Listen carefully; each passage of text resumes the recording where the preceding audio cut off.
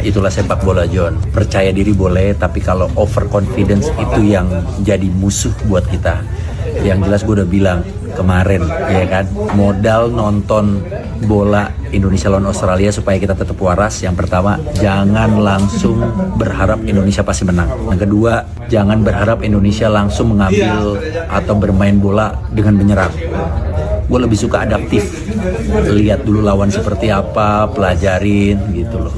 Apakah ini karena kesalahan pemain? Kalau gue bilang ini adalah kesalahan strategi pelatih yang terlalu berani menerapkan permainan seperti tadi yang kita lihat, garis pertahanan tinggi, Australia bermain rapat, disiplin. Udah gitu dia yang mengambil inisiatif counter. Tapi ya sejarahnya ya, untuk kualifikasi ini setiap Indonesia mengambil inisiatif serangan duluan, kita malah selalu jadi yang kalah lawan China gitu, ya kan. Nah sekarang kejadian lagi. Ya nggak tahu nih nanti lawan Bahrain akan berubah atau enggak. Tapi kayaknya sih mungkin cara bermainnya nggak berubah. Mungkin orang-orangnya aja posisi yang akan diubah. Buat kalian jangan menebar kebencian, jangan memberikan sesuatu hal yang negatif. Tapi kalau mau mengkritik boleh, bebas John. Gue juga orang yang akan mengkritik. Bebas selagi tidak menebar kebencian, itu aja. Sampai ketemu nanti di GBK. Kita akan ribun bareng Jamilos Yurni bersama Ultras Garuda. Sikat. Guys, kita semua tentu kecewa, kita sedih, kita ada yang kaget ya. Ya semua juga kaget sih, kalaupun kalah skornya ini banyak sekali. Tetapi 10 menit pertama seperti Jepang, kita lihat sebenarnya punya harapan. Sayang penaltinya nggak masuk menurut gue.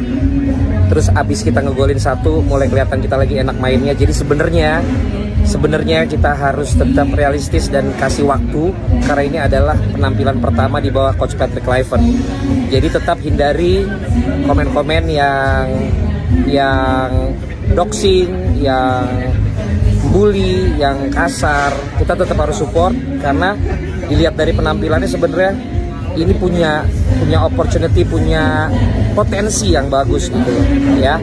Tapi seperti gue bilang sama lo, ekspektasi kita juga harus kita selaraskan. Jadi akan ada Bahrain, akan ada Cina, dan akan ada Jepang. Yang Jepang jadi kita juga sebisa mungkin harus bisa dapat poin. Bahrain harus menang, Cina harus menang. Oke guys, jangan terlalu berlarut-larut kecewa dan sedihnya. Ingat, ini pertandingan pertamanya Coach Patrick Kluivert dan beberapa pemain. Semangat, tetap dukung Indonesia. Kita lanjut, gua ada DPI live khusus timnas jam 8 malam ini guys. Oke? Tetap dukung timnas Indonesia.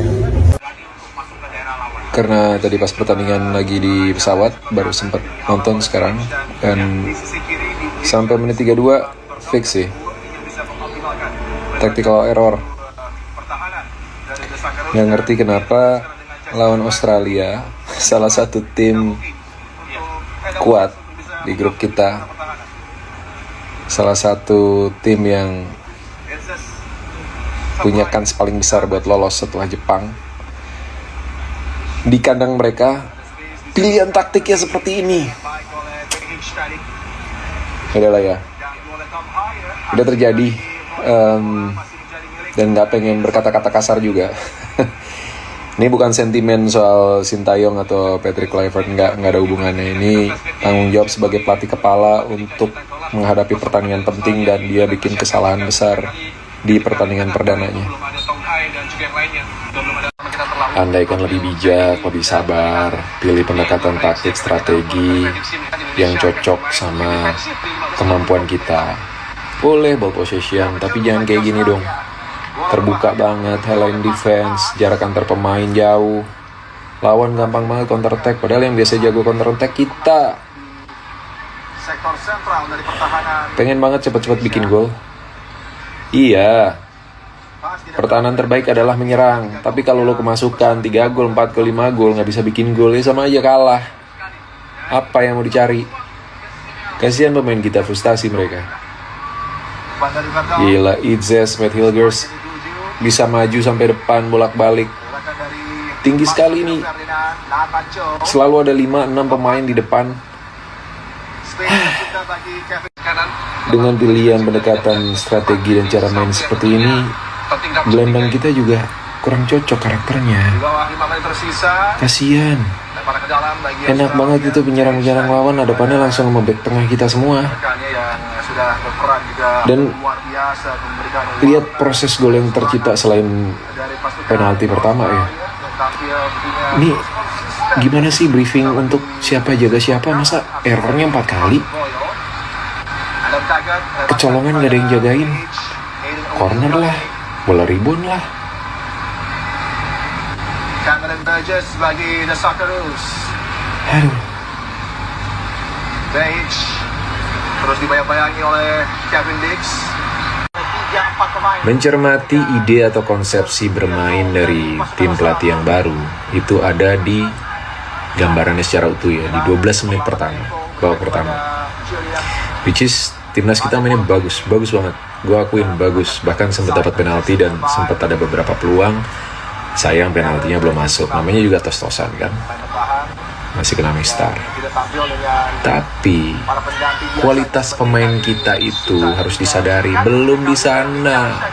Bukan timnas Belanda, bukan timnas Jerman, bukan timnas Spanyol, bukan Argentina yang bisa main kayak gitu konsisten 90 menit. Mereka aja, tim-tim gede itu masih ngukur lawannya siapa. Ini kita lawan tim yang istilahnya selevel masih, dan kita baru naik level, baru ngejar nih ke levelnya Australia. Di GBK kita bisa nahan mereka 0-0 karena strategi pragmatis. Yang penting hasilnya. Bukan buat menangin ego, pengen ball possession, pengen sepak bola menyerang, total football, pengen menang, mecahin rekor nggak pernah menang lawan Australia itu nanti. 1 poin itu penting banget, ketat banget ini grup ini. Salah langkah kepleset kayak gini nih, bisa berubah, bisa berbalik. Dari peluang lolos langsung, sekarang udah hampir ketutup lolos langsung. Peringkat 3-4 pun kalau nggak hati-hati lawan Bahrain dan hasil pertandingan lawan nggak sesuai, nggak mendukung sama jalan skenarinya kita nih. Bukan belok lagi, putar balik. Nggak lolos. Dari harapan yang begitu tinggi, dibanting, dijatuhin ke bumi.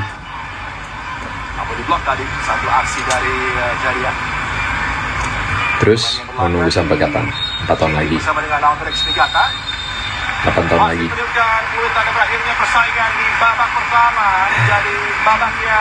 Ya, itulah faktanya. Saya selalu mengatakan 10 atau 15 menit pertama itu begitu menentukan. Kita dapat penalti sebetulnya. Ya, ketika terus dijatuhkan. Tetapi iya, bola memang budak. Kenapa Kevin Dix yang ambil ya? Saya berharap bisa Tom Haye, Rafael Marcelino mungkin yang mengambilnya. Nah, ini 4-3-3 ternyata terlihat ya. Dan sayangnya Dean James, kemudian juga Misilgers, bahkan juga Kevin Dix ya, itu terlalu banyak naik sehingga 4-3-3-nya tidak terlalu kelihatan. Verdok juga ikut berpengaruh naik. Mudah-mudahan nanti ada duet Rizky Ridho dengan Jay Jazz barangkali ya, kalau masih ada waktu untuk memperbaiki keadaan. Tapi sekali lagi, ini adalah fakta sepak bola. Di 10-15 menit pertama Anda harus manfaatkan. Dan pertahanan kita utamanya dari sebelah kiri begitu gampang tereksplorasi tadi ya, karena keinginan ofensif dengan 4-3-3 gitu ya. Sementara demikian cukup menyedihkan, tapi mudah-mudahan masih ada kesempatan seluruh penonton Indonesia di sini yang merah ini masih tetap meneriakan Indonesia Garuda.